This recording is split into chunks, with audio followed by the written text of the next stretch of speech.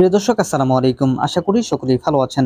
সহিংসতায় জড়িত আনসার সদস্যদের চাকরি করার সুযোগ নেই বললেন মহাপরিচালক। দর্শক, খুবই গুরুত্বপূর্ণ একটি ভিডিও। প্রায় 10,000 আনসার সদস্য তাদের চাকরি হারাতে চলেছে।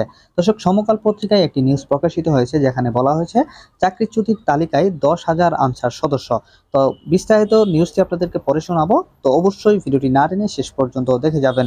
তো এখানে বলা হয়েছে যে সহিংসতায় জড়িতদের চাকরি করার সুযোগ নেই বলেছেন মহাপরিচালক।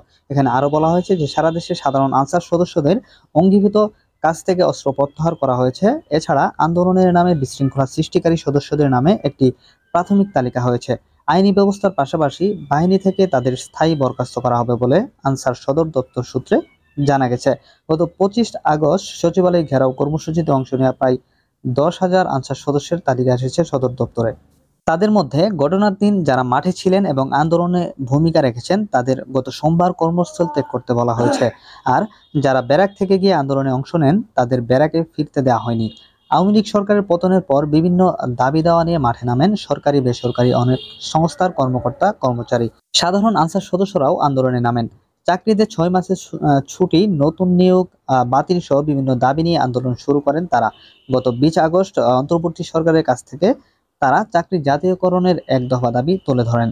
সর্বশেষ গত 25 আগস্ট সচিবালয় ঘেরাও করেন এবং দাবি না মানা পর্যন্ত সেখানে অবস্থানের ঘোষণা দেন। পরে রাতে শিক্ষার্থীদের সঙ্গে তাদের সংঘর্ষ হয়। আনসারের ঊর্ধ্বতন এক কর্মকর্তা জানান, আন্দোলনে সরাসরি অংশ নেওয়া, তাদের সংগঠিত করা এবং সমর্থন যোগানো এমন 3 ক্যাটাগরিতে সদস্যদের চিহ্নিত করা হচ্ছে।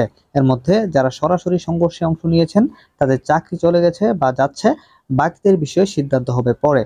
আন্দোলনকারীর তালিকায় জেলা কমান্ড্যান্ট পর্যায়ের নামও আসছে।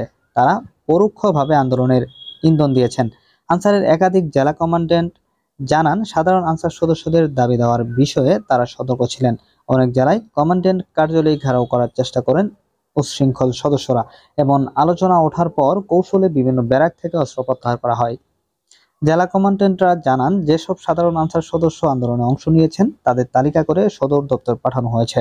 ডিউটি থেকেও তাদের প্রত্যাহার করা হয়েছে। সদর দপ্তর সূত্রে জানা গেছে, সচিবালয় ঘেরাও কর্মসূচিতে 10,000-এর মতো সাধারণ আনসার সদস্য অংশ নেন এবং তাদের তালিকা এরই মধ্যে জেলা পর্যায় থেকে সদর দপ্তরে এসেছে। এর মধ্যে ঢাকা জেলার রয়েছেন 4 শতাধিক সদস্য, ঢাকার আশেপাশে রয়েছেন 164 জন, তালিকায় ভোলার রয়েছেন 31 জন এবং বরিশাল রেঞ্জের শতাধিক আনসার সদস্য।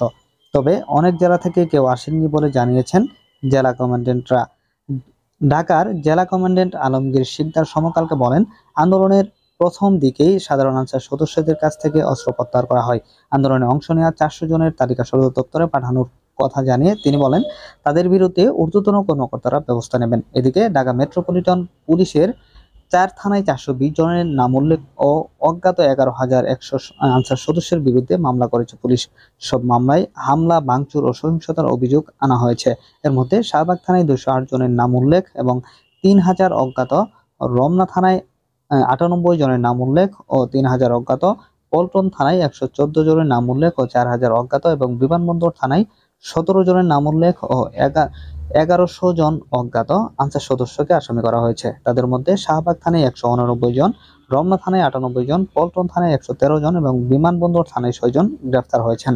পরে আদালত তাদের কারাগারে পাঠান। আনসার ও গ্রাম প্রতিরক্ষা বাহিনীর মহাপরিচালক মেজর জেনারেল আব্দুল মোতারেব সাজ্জাদ মাহমুদ বলেন, আন্দোলনের নামে সাধারণ আনসার সদস্যরা অরাজকতার পরিস্থিতি সৃষ্টি করেছে। ঢাকায় আসার সময় তারা 2 সেট করে পোশাক নিয়ে আসেন। এ থেকে বোঝা যায় তাদের উদ্দেশ্য ছিল ভিন্ন। তিনি বলেন, আনসার সদস্যদের সঙ্গে বহিরাগত প্রবেশ করে সচিবালয় অবরুদ্ধ করার চেষ্টা করে। এ কাজের সঙ্গে যারা জড়িত তাদের কারো আনসারে চাকরি করার সুযোগ নেই। প্রচলিত আইনে সবার বিচার হবে। তিনি জানান, সচিবালয় ঘেরাওয়ের ঘটনায় 7 সদস্যের তদন্ত কমিটি গঠন করা হয়েছে।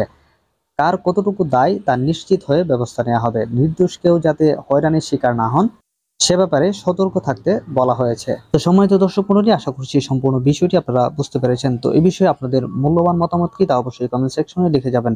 তো আজকের ভিডিওটি এখানে শেষ করছি।